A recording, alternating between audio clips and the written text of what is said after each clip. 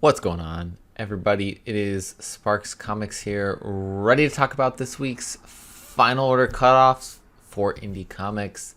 Coming up this Monday for the books in the Diamond catalog. And we've got one really big number one coming out on cutoff this week, releasing in shops on November 16th. That one's going to be I Hate Fairyland number one. This is the second volume arc, second version, whatever you want to call it, from Scotty Young with art by Brett Bean. And guys, this one is such a fun story. I was reading the original one when it was releasing. I didn't get to read through the whole thing yet. I need to go and get the collected edition to do that, but I fluffin' loved it. It's fantastic, and there are covers not only by Scotty Young, but by Peach Momoko, by Art Germ, by Jenny Frizen. Just a phenomenal crew of cover artists on this that you can pick the style you love, and you're going to find a cover out there that fits what you're looking for. So besides that, it is everyone's favorite green-haired, axe-crazed maniac returning in this Deadpool meets Alice in Wonderland adventure. Gert is all grown up and living in the real world. Times are tough, and the only job she's qualified for has her trying to find her way back to the place she hates the most, Fairyland. I love the series, that the parts that I got to read, and I think this is one to really be reading and get that collected edition for the first part.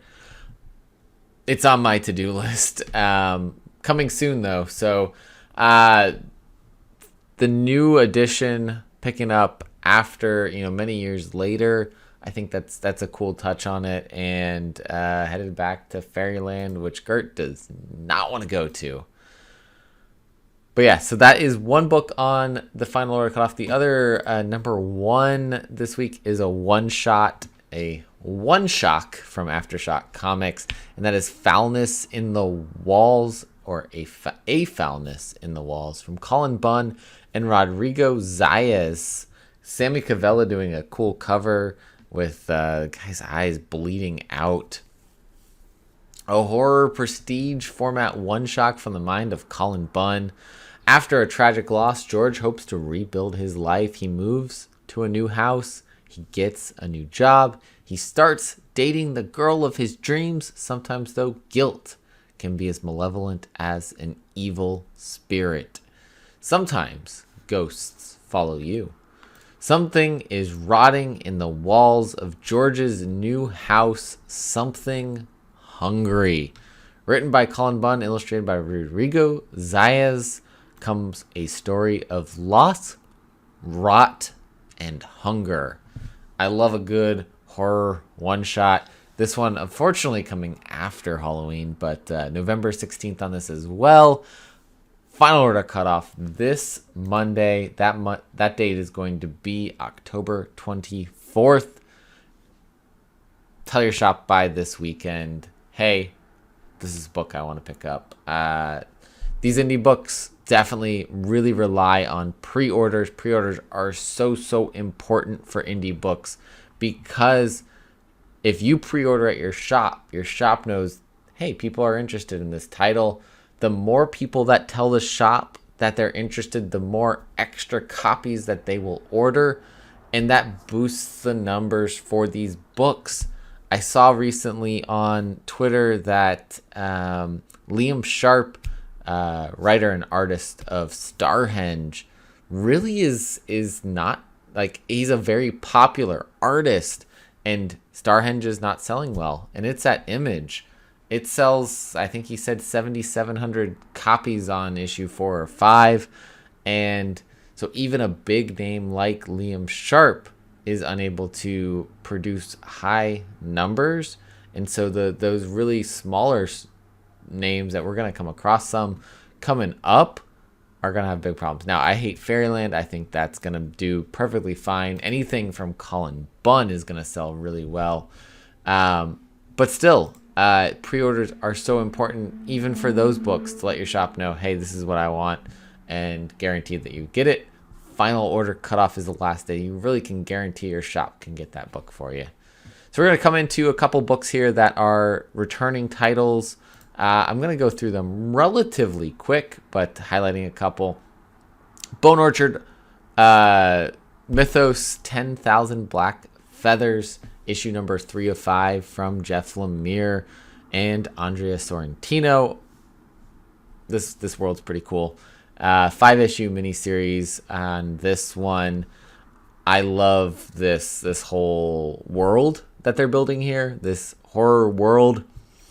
Trying to decide if I want to continue picking up individual issues for this one, or if I want to go to just trade waiting on the entire world. Maybe I'll go to issue number 1 and then trade waiting, but I love it. I love that Jeff Lemire and Andrea Sorrentino are building this world. Another one from Image, we're going to Deadliest Bouquet, number 4 of 5 from Erica Schultz, Carola Barali, and Gab Contreras. I've talked about this several times, but this is a really cool story, so you really don't want to miss out on this one. Going into Boom, we've got Something is Killing the Children, number 26. This is one I will never pull off my pull list. I say that. Who knows what future me has in store, but I do not plan on ever pulling Something's Killing the Children off of my pull list. I love when Siri answers, even though I'm not talking to Siri. But anyways, Something's Killing the Children, 26. New arc going on, and yeah, we're going to have a showdown happen here, and the doppelganger monster, the duplicit type, is it looks like a very hard monster to take down. Who knows what's going to happen there. Also from Boom, we've got Wind Thrown in the Sky, number 4 of 5 from James Tynion and Michael D. Alinis. God, issue 3, so good. I need Wind forever. James, Michael, listen, you can't stop this series. You can't stop it. It is so good. Everybody needs to be reading Wind. Just don't stop, please. Going down, we're going to IDW here. We got Earth Divers number 3 on Final Order Cutoff. Listen, number 1 on this one was phenomenal. Stephen Graham Jones' debut as an ongoing comic writer or miniseries, whatever the case may be.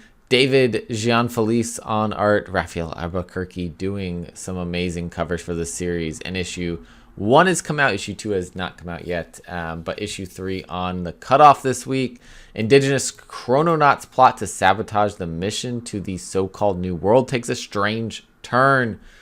Reeling from disaster, the Nina's crew places Tad under lock and key, and Columbus develops a disturbing personal interest in his would-be assassin. As the Admiral lets down his guard to decide if this prisoner is a godsend or Satan himself, Tad moves to make the most of the situation. But as his influence on the past intensifies, his wife and friends in 2112 find themselves in the crosshairs of a new history. I love that we're going to get this duality of changing the past and what happens in the future. That I love as a concept. Moving into the comics and graphics novel sections, we've got Erratic Recharged, number 3 of 4 from Kari Andrews. Guys, I've talked about this enough times. You should know Erratic is the hero who can use his powers for 10 minutes a day to save the world.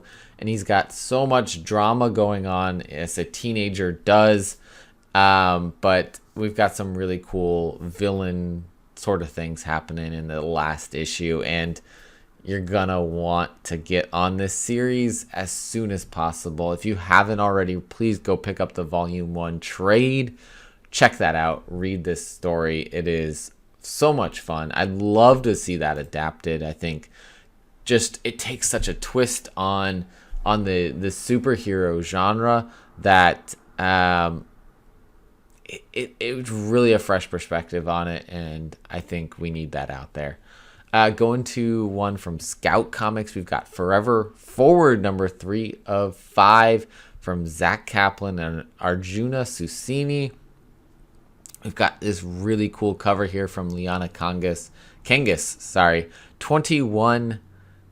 The end of issue 2, we saw them. Most of it we were in 21-21. That math doesn't add up, but I think we were in 21-21. We must be getting a couple more jumps because this issue says 2187, 150 years into the future. Hunted by advanced AI robots, Moody and his friends turned into survivalist warriors only to be caught when they jump into a future with an empire of malignant robots who have enslaved humanity to build a better future. The only way to find the technology to go back is either outsmart the most intelligent AI ever invented or hand over time travel secrets to humanity's overlords. The future can only get better. They keep hopping forward to try to get to their present that they're from.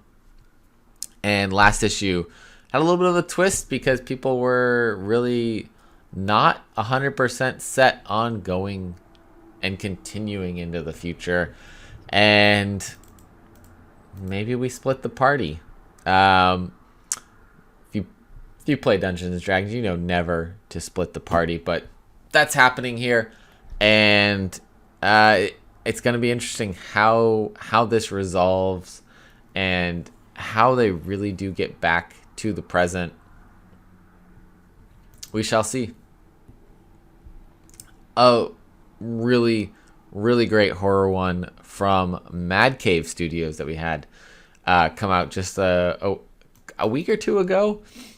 From Colin Bunn, another Colin Bunn book on the list this week, and Andrea Muti, Legacy of Violence, issue number 2. And this is new. I don't think it said this before. Number 2 of 12. This is going to be a 12-issue series. I love that. Nick continues to search for clarity on the meaning of Unit 731. The doctors do their best to forget the shock from the night before by letting loose at a local bar. Meanwhile, there's even more gruesome surprise waiting them, courtesy of the mysterious masked serial killer terrorizing the small town of Desante. So much mystery in here as well, in addition to the horror elements that are in here, that I'm loving it. I love Colin Bunn's ability to weave a story, and Andrea Moody's art just works for these types of horror stories. It really works.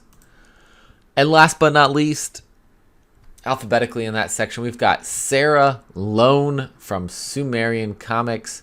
Number 1 hasn't come out yet, but number 2 is on Final Order Cutoff from Eric Arnault and David Marancho. New Orleans. Yeah, New Orleans, where I am. The early 60s. Strip club go-go dancer Joy Carruthers, accused of a murder she did not commit, is secretly recruited by a mysterious federal agency to participate in a wet operation. Despite not wanting anything to do with it, she finds that she has no choice to participate of her own free will or to find herself in the electric chair for the assassination of her boss. Sarah tries desperately to save the fishery from her murdered father, but the sinister shadow of the clan hangs over the Pinky Princess and its young owner.